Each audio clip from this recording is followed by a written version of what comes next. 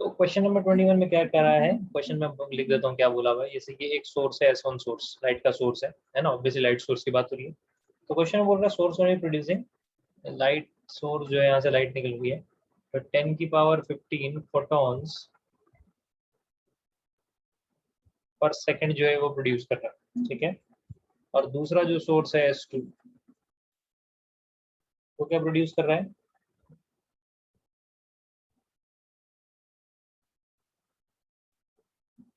1.02 10 की power 15 photons, pH लिख रहा हूँ मैं, पर सेकंड अंडरस्टूड है, फोटोन है, ठीक है भाई। पर सेकंड ऑफ वेवलेंथ, इसका वेवलेंथ जो है λ2 मान लेता हूँ। λ2 कितना दिया हुआ है, 5100 एंगस्ट्रॉम।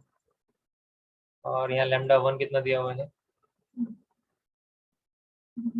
λ1 दिया हुआ है 5000 एंगस्ट्रॉम। क्वेश्चन में क्या पूछा हुआ है, पावर बताओ, पावर का ratio, power of S2 divide by power of S1 equal to जो है वो कितना है, ठीक है। अभी सबसे पहले तो ध्यान देंगे पावर निकालेंगे कैसे। तो एक फोटोन की एनर्जी पहले बताओ नीचे, ठीक है। अगर सिंपल एक ही फोटोन मेरे पास होता, तो एक फोटोन की एनर्जी क्या होती है, hc/λ, ठीक है। अब पावर क्या होती है, एनर्जी पर यूनिट टाइम, यही होता है, ठीक है। एनर्जी हमें निकालनी है पर यूनिट टाइम के हिसाब से, ओके। तो यहाँ पे भी वही दिख रहा है, देखो फोटोन पर सेकंड। अगर मान लो कि एक की एनर्जी है hc/λ, इसको 10 की पावर 15 से मल्टीप्लाई कर दो, ठीक है, तो ये पावर आ जाएगी, क्योंकि पर सेकंड इतने फोटोन निकल रहे हैं। यही करना है ना, बस यही करना है।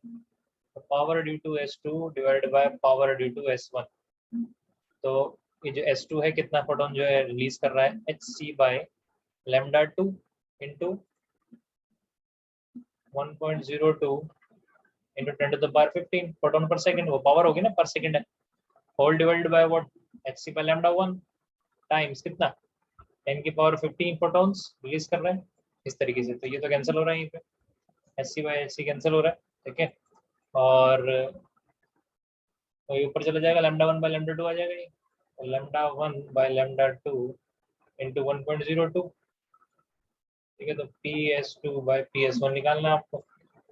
λ1 कितना है, 5000, और λ2 कितना है, 5100 इंटू 1.02। तो ये कैंसिल करो इससे, इसको सॉल्व करो, और जो भी इसका आंसर आएगा। तो क्वेश्चन नंबर 21, ठीक है, इसको अगर आप सॉल्व करेंगे तो ये आंसर जो है अप्रोक्सीमेटली यहाँ पे कितना आ जाएगा, 1। अप्रोक्सीमेट सॉल्व करो, 1 आ जाएगा। 51 है अप्रोक्सीमेटली, है पूरा ही सॉल्व करो तो 100 नीचे, ठीक है। ये 51, ये 2, ये 100, ये 100 बिल्कुल कट रहा भाई, अप्रोक्सीमेटली नहीं, सॉरी, कैंसिल करके देखो 1 आ रहा बिल्कुल एग्जैक्टली। तो जो ऑप्शन है टिक करो, 21 का कौन सा ऑप्शन दिया है, ए। 21 का ए जो है वो टिक करो। तो जो आप लोगों ने डाउट पूछा है, ये क्वेश्चन 21 वाला जो है ये हमारा दिया हुआ है पीएमटी में, आया हुआ 2010 में। AIPMT 2010, अच्छा क्वेश्चन है, ठीक है। ओके, सॉल्व करो, मतलब इसको नोट कर लो, और डाउट है तो और पूछो, पहले नोट कर लो फिर पूछो और डाउट। Question number 45।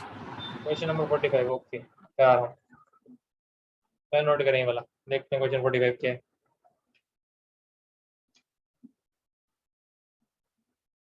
ठीक है, पीएमटी का आया हुआ क्वेश्चन 1998 में, करते हैं ट्राई।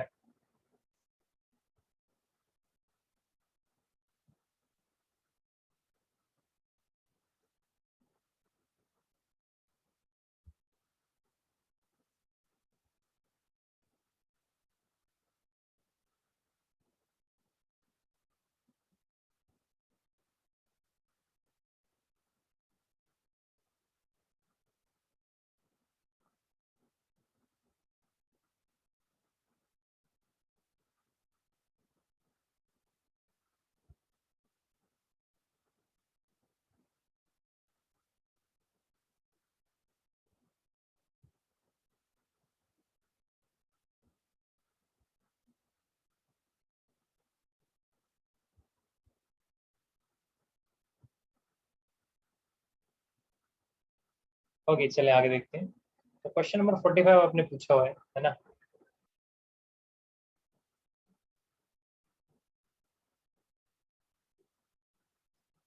तो क्वेश्चन नंबर 45 कहाँ है, आया हुआ है, क्वेश्चन नंबर 45 आया हुआ है पीएमटी में 1998 में। कोई नीट होता था जो उसको पीएमटी कहते थे पहले, 1998 में। तो ये क्वेश्चन में क्या बोलते हैं जरा देख लेते हैं। कहते हैं a photoemissive cell, basically photoemissive cell बोल रहे हैं, तो यहाँ पे आपको फोटो इलेक्ट्रिक इफेक्ट को यूज करना। फोटो एमिसिव सेल जो है वो फोटो इलेक्ट्रिक इफेक्ट पे ही बेस्ड है, ठीक है। तो वो चीज आपको देख के चलनी है कि फोटो इलेक्ट्रिक सेल को ही आपको यहाँ पे फोटो इलेक्ट्रिक इक्वेशन को लगाना है आसान भाषा में यहाँ पे, ठीक है। आगे क्या बोलते हैं कि भाई फोटो एमिसिव सेल है with exciting wavelength lambda, the first electron moved is v. If the exciting wavelength is changed to 3 lambda by 4, the speed of the fastest emitted electron will be. अब यहाँ पे एक शब्द आया हुआ है, word आया हुआ है एक्साइटिंग वेवलेंथ। तो यहाँ पे कंफ्यूजन ये क्रिएट करता है कि एक्साइटिंग वेवलेंथ क्या है। कुछ नहीं, एक्साइटिंग वेवलेंथ इंसिडेंट वेवलेंथ है, ठीक है, क्योंकि मटेरियल का थ्रेशोल्ड वेवलेंथ तो चेंज होगा नहीं। तो ये बात पहले समझने वाली बहुत जरूरी है यहाँ पे। तो ये रहा सरफेस, फोटो इलेक्ट्रिक सरफेस। यहाँ पे जो इंसिडेंट एनर्जी आ रही है उसका जो लैम्डा है क्वेश्चन नंबर 45 में, तो लैम्डा इंसिडेंट जो है वेवलेंथ है, ठीक है। और यहाँ से जो इलेक्ट्रॉन निकला उसकी कुछ काइनेटिक एनर्जी होगी, उस काइनेटिक एनर्जी में जो फास्टेस्ट इलेक्ट्रॉन निकला यानी मैक्सिमम वेलोसिटी v निकली, ठीक है। अब इसी केस में क्या कह रहा है, दूसरा केस आपसे पूछ ले रहा है कि सपोज वही सरफेस है, उस सरफेस में अब जो है वो लैम्डा नहीं इंसिडेंट हो रहा, the exciting wavelength is change to 3 lambda by 4। अब इंसिडेंट वेवलेंथ जो हो रही है वो हो रही है 3 लैम्डा बाय 4, ठीक है। The speed of the fastest emitted electron would be. अब बताओ कितना इलेक्ट्रॉन का स्पीड जो है निकलेगी, विडाई बोल दूं, कुछ नहीं करना है, रेशियो निकालना है, फोटो इलेक्ट्रिक इक्वेशन लगानी, सिंपल क्वेश्चन है। फिर भी मैं करा देता हूँ, लगाओ, देखो यहाँ पे फास्टेस्ट इलेक्ट्रॉन के लिए half m v square is equal to incident energy कितनी है, half h c by lambda minus work function क्या है डब्ल्यू नॉट, इक्वेशन 1 निकालना क्या है, हाफ एम वी डैश का square is equal to h c by lambda, lambda कितना है अभी 3 lambda by 4 minus W naught, क्योंकि वर्क फंक्शन सेम रहेगा मटेरियल का। इक्वेशन नंबर 2, अभी चेक करें ऑप्शन निकालना क्या है, अल्टीमेटली इसमें वी डैश निकालना है, बट ऐसा नहीं होता कि सिर्फ निकाल देना है। अब ये देखो किसके टर्म्स में निकालना है, क्वेश्चन के अंदर ऑप्शन दिए हुए ना, तो ऑप्शन देखने होते हैं, ऑप्शन देखें जरा, 4 ऑप्शन, तो वो अलग अलग तरह से पूछा हुआ है कि भाई ग्रेटर देन, बेसिकली आपको यहाँ पे इसके टर्म से इसके टर्म्स में निकालना है कि लेस देन या greater than v 3 to the power 1/2 या v 4/3 1/2, इनके टर्म्स में निकालना है कि भाई इनसे ग्रेटर है इनसे स्मॉलर है कि क्या है, ठीक है। तो इस तरीके से अपनी कैलकुलेशन को करेंगे कि भाई हम यहाँ तक जो है वो क्या करें, पहुंच सकें, ओके। इस तरीके से अपनी कैलकुलेशन को आप यहाँ पे सॉल्व करेंगे। फिलहाल एम को आपको क्या निकालना है, वी डैश, तो 2 को 1 से डिवाइड करो पहले तुम्हें। तो जब 2 को कर रहे हैं 1 से डिवाइड तो हाफ एम से हाफ एम कट रहा है, तो वी डैश का स्क्वायर जो है वो डिवाइडेड बाय वी का square is equal to 4/3 h c by lambda minus W naught whole divided by h c by lambda minus W naught. समझ रहे बात, तो इस तरीके से आपको यहाँ पे दिया हुआ है। अब इसको अगर और यहाँ पे सॉल्व किया जाए तो कैसे किया जाएगा, 4/3 h c by lambda minus W naught h c by lambda W naught. तो इस वी स्क्वायर को ऊपर ले जा सकते हैं यहाँ से, ये वी डैश स्क्वायर यहाँ है, इसे वी स्क्वायर को ऊपर ले जाएं, ये वैसे जरूरत है नहीं अभी, है ना, उसको ऊपर भी ऐसे ही खोल के सॉल्व कर सकते हैं। ओके देखो, तो v की फॉर्म में ले जाना है इसको ऊपर वाले को, तो 4/3 h c by lambda minus W naught दिया हुआ है, इसको थोड़ा ना अलग स्टाइल में लिख सकते हैं, अलग तरीके से, ताकि ये 4/3 वाला फैक्टर बाहर आ जाए, है ना, इस डब्ल्यू नॉट को। तो क्या लिखें इसको, 4/3 एच सी बाय लैम्डा, है ना, 4/3 h c by lambda minus, इसको क्या लिख सकते हैं, 4/3 W naught plus 1/3 W naught. Solve करोगे वो पहुंच जाओगे, कुछ नहीं है। तो 4/3 में ऊपर से जो है वो बाहर निकालना चाहता हूँ, जिस वजह से मैंने ऐसा इसको किया है, h c by lambda minus W naught. अब यहाँ आ जाएंगे हम, तो वी डैश का square divide by v square, initially v square के टर्म्स में ले जाना है, इसको ऊपर ले जाएंगे भी, ठीक है। फिलहाल तो इसमें क्या किया जा सकता है, ऊपर से 4/3 जो है वो ऊपर से क्या निकाला जा सकता है, कॉमन इनमें से। ओके, तो 4/3 HC/λ है ना। तो इसमें से क्या करेंगे, 4/3 प्लस 4/3 ऊपर है, 4/3 plus W0 upon 3 HC/λ minus W0। ठीक है, तो ये क्या किया है, ये कुछ नहीं किया है, ये यहाँ पे इसको अलग कर लिया है 4/3 को इनमें से। ठीक है, ऊपर से कॉमन निकाल कर इसको अगर सॉल्व करेंगे आप, यहाँ पे HC/λ ऊपर जाएगा, देखें ये ऊपर चला जाएगा, इसको डिवाइड करेंगे तो एलसीएम लेंगे 3 से, पूरा एलसीएम लेंगे, नीचे सॉल्व करेंगे तो 4 HC/λ माइनस W0। ठीक है, तो ये आ जाएगा पूरा, और प्लस W0। ठीक है, इस तरीके से आप ऊपर जो करेंगे ना सॉल्व, इसको अलग अलग करके लिखोगे तो इस तरीके से लिख सकते हो इसे। नीचे HC/λ है, 3 से डिवाइड किया ये। ओके, तो 4/3 plus W0 3 HC/λ minus W0। ठीक है, तो इतना तो क्लियर हो रहा है कि भाई ये V डैश का square upon V square 4/3 plus something है। तो ये जो क्वांटिटी है ना राइट वाली, इसको इतना तो कह सकते हैं कि ग्रेटर देन 4/3 है। ये ग्रेटर देन क्या है, ये वाली क्वांटिटी इसके बराबर है, तो ग्रेटर देन क्या है, ये 4/3, क्योंकि यहाँ पे हमें पहुंचना है, तो ग्रेटर देन 4/3। तो V डैश अपॉन V जो है वो किससे बड़ी है, ग्रेटर देन √4/3। तो V डैश जो है वो ग्रेटर देन किससे है, 4/3 की पावर हाफ इंटू V। इस तरह का जो ऑप्शन है उसको हम टिक कर लेंगे कि V dash is greater than 4/3 to the power half into V। तो देखिए कौन सा ऑप्शन है ऐसा, डी ऑप्शन ऐसा है। ठीक है, तो करा क्या भाई, थोड़ी सी ट्रिक लगानी पड़ी, क्योंकि आपको 4/3 बाहर करना पड़ेगा, है ना। 4/3 बाहर करेंगे तो उसके हिसाब से चीजें आपका करने वाले, फिर सॉल्व करने वाले। इस वजह से आपको ये ट्रिक लगानी पड़ती है यहाँ पे, नोट करें इसे।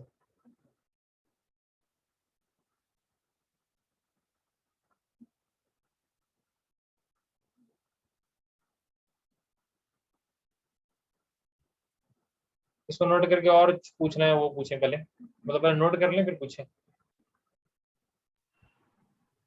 Question number 55। Question number 55, okay.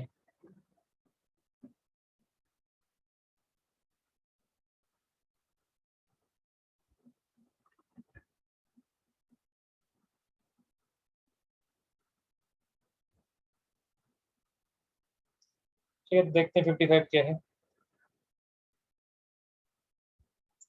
55 आया 1994 में, वेलोसिटी का रेशियो पूछा हुआ है, W है, देखते हैं क्या है क्वेश्चन अभी।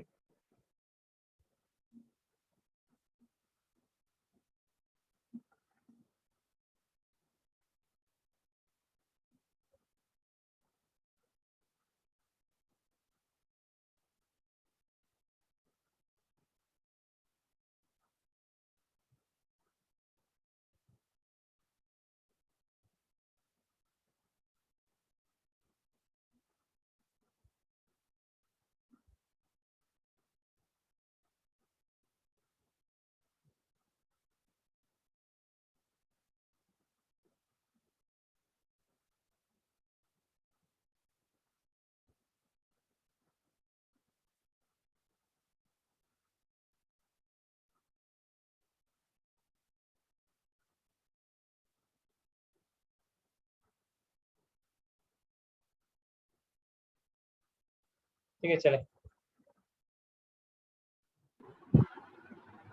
सर ये वाला क्वेश्चन मेरे से हो जाएगा। 55 हो जाएगा, ठीक है भाई, बहुत अच्छी बात है। और पूछो फिर। तो 60 बता दो। 60। 60, okay.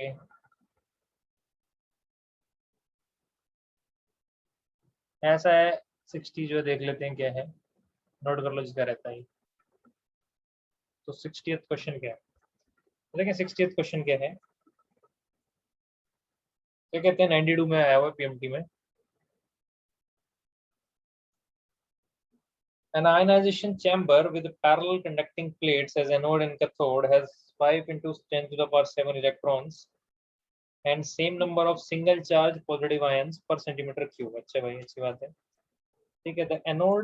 The electrons are moving toward the anode with velocity इतना दिया हुआ है. The current density from anode to cathode is given. ठीक है. The velocity of the positive ion moving towards cathode is. आओ देखें जरा, थोड़ा अलग सा क्वेश्चन है, इसलिए हो सकता समझ में ना आया हो. एक आयनाइजेशन चैम्बर है, तो बेसिकली आप क्या मानो कि एक तरीके से एक चैम्बर मान लो. ठीक है. अब क्या बोला हुआ आगे, with parallel conducting plates as anode and cathode. तो पैरेलल कंडक्टिंग प्लेट्स है एनोड और कैथोड. यहाँ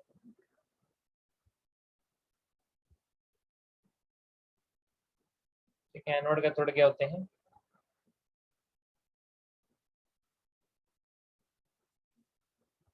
तो ये अगर पॉजिटिव है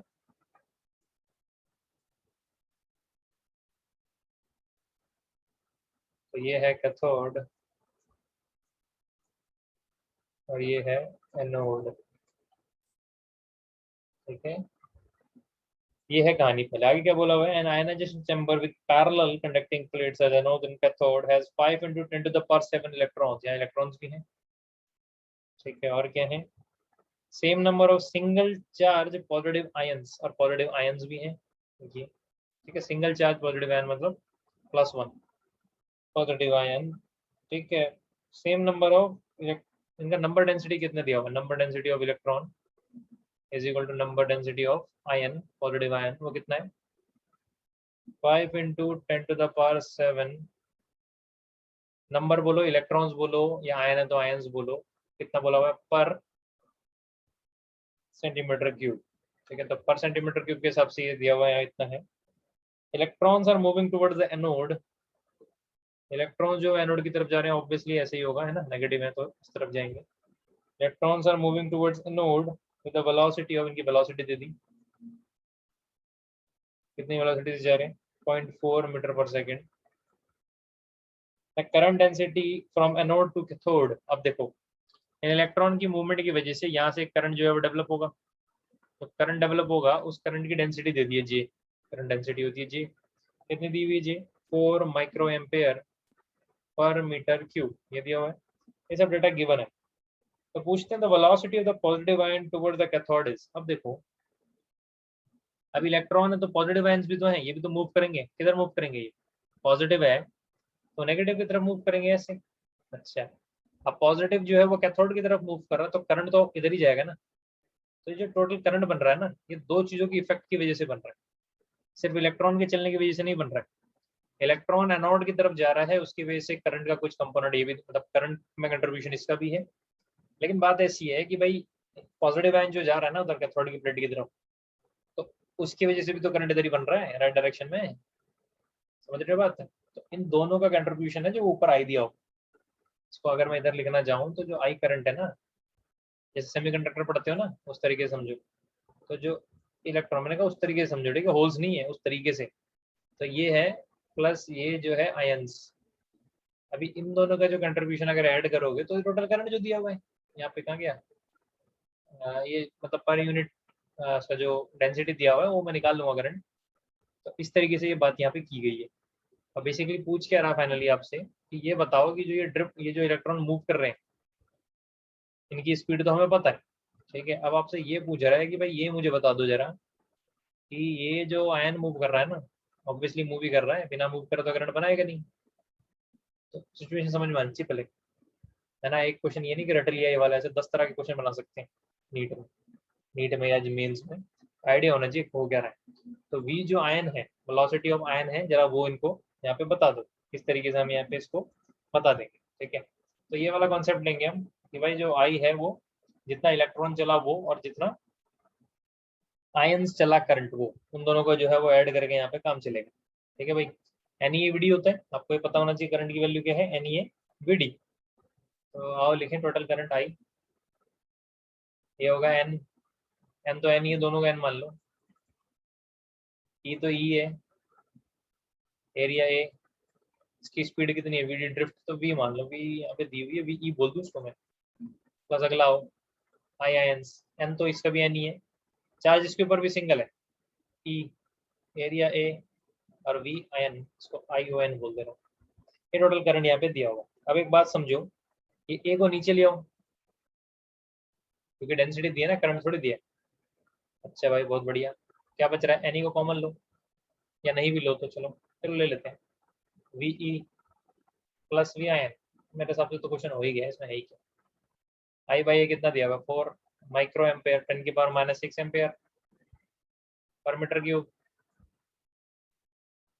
आई नहीं दिया हुआ, जे दिया हुआ है ना, जे आई। अच्छा समझो, आई बाई ए जे होता है ना, तो वही दिया हुआ है ऊपर यहाँ पे।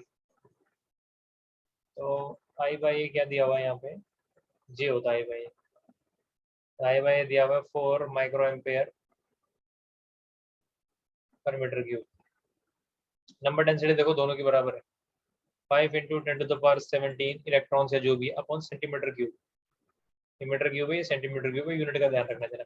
ठीक है, ई कितना है, चार्ज सिंगल इलेक्ट्रॉन या सिंगल चार्ज, तो 1.6 10⁻19 इंटू वी ई, वी कितना है 0.4। 5 इंटू 10⁻7 है, 17 नहीं। 17 नहीं है, ओके सॉरी 0.4 ये रहा, प्लस क्या बोल रहा है, वी एन बोल रहा है। अब यहाँ से सॉल्व करना है, इसमें कोई खास बात नहीं है, ये आप खुद भी कर सकते हो, सेंटीमीटर को मीटर में कर लो और क्या है। बाकी तो यार ये प्लस माइनस मल्टीप्लाई डिवाइड तो खुद ही करो। 5 इंटू 10⁻7, इसको इसको सेंटीमीटर में करता हूँ, ज़्यादा ज़्यादा ईजी रहेगा। 1 मीटर में कितना सेंटीमीटर है, 100, तो मीटर स्क्वायर है तो 10⁻4 नीचे लिख दो।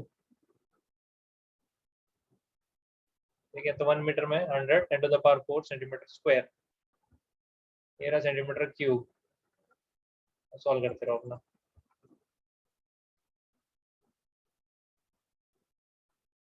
तो ये आप सॉल्व कर लेंगे, यहाँ से आंसर आ जाएगा। ये कटा यूनिट, फाइनली इसको क्या कर देना, मीटर में कन्वर्ट कर देना ऐसा यूनिट की। ठीक है, सॉल्व करें, इसको थोड़ा ध्यान रखना भाई, सेंटीमीटर को भी मीटर में करना है यहाँ से। ठीक है, तो कर दे दो मैं यही, 1 सेंटीमीटर में कितना मीटर, 10⁻−2, तो लिखो 10⁻−2 या 10⁻−2 है ये।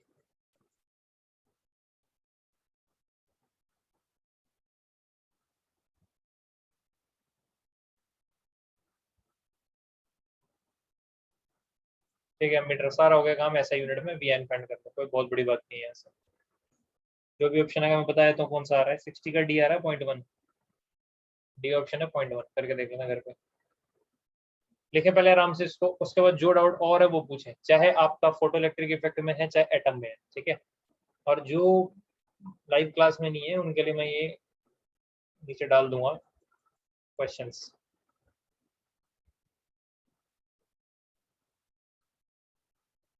ठीक है भाई, अभिषेक और जैद, और जो भी डाउट और किसी को भी, तो जो भी डाउट हो वो मुझे पूछें और नोट करें। अगर डाउट नहीं है तो कोई बात नहीं, न्यूक्लियर में बढ़ जाएंगे, अगर है तो जरूर पूछें। क्वेश्चन नंबर 63 सर, लास्ट है। हाँ, क्वेश्चन नंबर दोबारा बोलो। 63। 60 तो करा दिया, 63। 3 ओके। क्वेश्चन नंबर 63 देखते हैं क्या है। Wavelength of 1 keV photon is इतना, what is the frequency of 1 देखते हैं, सिंपल क्वेश्चन है वैसे, करा रहा हूँ। अभी जो मैंने क्वेश्चन अभी कराया ना 68, इसके अंदर बहुत कुछ इसमें जो है पर्टिकुलरली मॉडर्न फिजिक्स का कुछ भी इसमें खास नहीं है। इसमें सिंपल फॉर्मूला है कंडक्ट ये वाला, NeAVD वाला। अब थोड़ा सा दिमाग लगाना है, जैसे कि वहाँ सेमीकंडक्टर पढ़ाते हैं ना, तो वैसा कुछ दिमाग लगाना है और कुछ नहीं। तो बेसिक कॉमन सेंस पे क्वेश्चन है, अगर आपको करंट के बारे में बेसिक आइडिया है NeAVD क्या होता है, वही चीज़ दी हुई है ये 60 जो कराया था।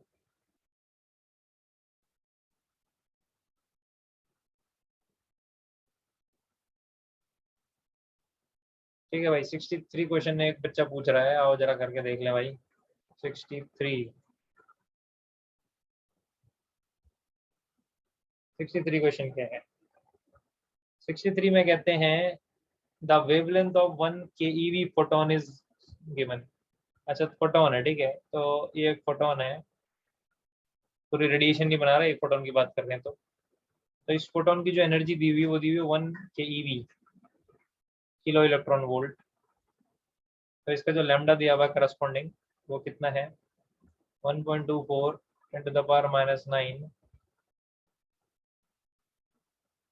Metre. What is the frequency of, अब क्या पूछा है, एक दूसरा फोटोन है, उस फोटोन का what is the frequency of 1 MeV photon, उसका जो एनर्जी है वो कितना है 1 MeV। तो what is the frequency of 1 MeV photon, इसका जो फ्रीक्वेंसी है न्यू बोलो या एफ बोलो वो कितना है। तो सबसे पहले तो आइडिया क्या लगता है कि ई क्या होता है hc/λ और ई क्या होता है h न्यू। वैसे तो मैं आपको एक बात बता रहा हूँ, अगर ये ऊपर का डेटा नहीं भी दिया होता तो क्वेश्चन डायरेक्ट होने वाला क्वेश्चन है, ठीक है। कैसे डायरेक्ट हो सकता है क्वेश्चन, एच न्यू आपको पता है, पर फिर अगर ऊपर कोई चीज़ दी हुई है तो उसको हम यूज में जो है वो ले सकते हैं, ठीक है। बाकी ऐसी कोई खास जरूरत जो है वो नहीं है उसको लेने की भी। अगर आप डायरेक्ट इसको एच इंटू न्यू कर दे रहे हैं तो यहाँ से भी न्यू आपका आ जाएगा, आपको एच पता है, आपको ई पता है, आप यहाँ से न्यू निकालें, ठीक है। फिलहाल ऊपर दिया हुआ तो देखते हैं कुछ उससे यूज हो पाए तो hc/λ जो है वो कितना दिया हुआ है 1 keV, ठीक है। तो hc/λ is equal to 1 keV। 1 keV क्या होता है 10 to the power 3 eV के मतलब 1000, जैसे किलोग्राम है ना तो 1000 होता है। तो hc/λ is equal to 10 to the power 3 eV। यहाँ से h क्या हो सकता है 10 to the power 3 lambda by c, ये हो सकता है h, ठीक है। अब इसको अगर मैं यहाँ पुट कर दूं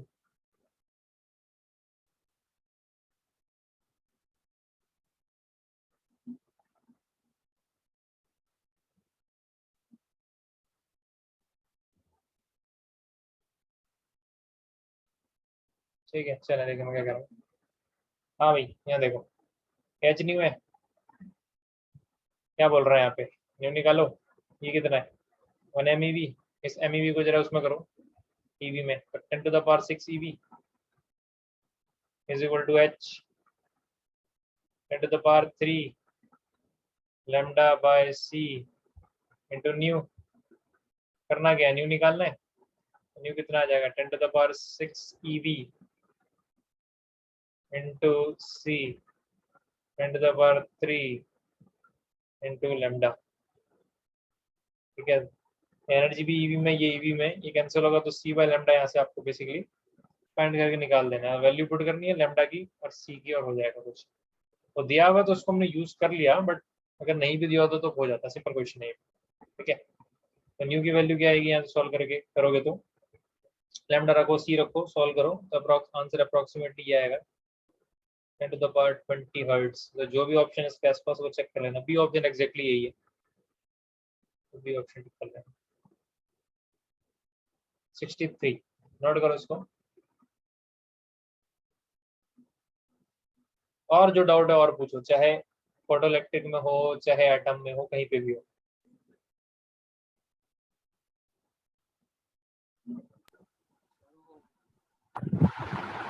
एटॉमिक फिजिक्स अभी स्टार्ट नहीं करा था। एटम के क्वेश्चन कराए, क्या बात कर रहे हो, एटम के मैंने 15-16 क्वेश्चन कराए हैं, याद करो। आप आए होगी नहीं क्लास में, आए होगे वैसे यार, चेक करो कॉपी चेक करो, आप भूल गए होगे, 15-16 क्वेश्चन कराए मैंने,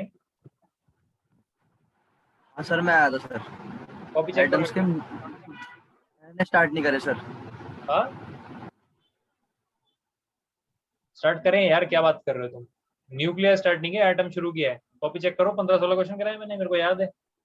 एटम में ट्रांजिशन वाले क्वेश्चन कराए यार मैंने, बोर मॉडल के, एनर्जी का करेक्शन कराया, Z2 M2 वाला, और भी काफी क्वेश्चन कराए मुझे याद है। हाँ सर हुआ है, सॉरी सॉरी हुआ है। हाँ अबे वही कह रहा है यार, मेरे को याद है जब। हुआ है। तो अच्छा तुमने करे नहीं अभी, कोई बात नहीं। तो और किसी ने किए, ज्यादा आपने किए, कुछ डाउट है?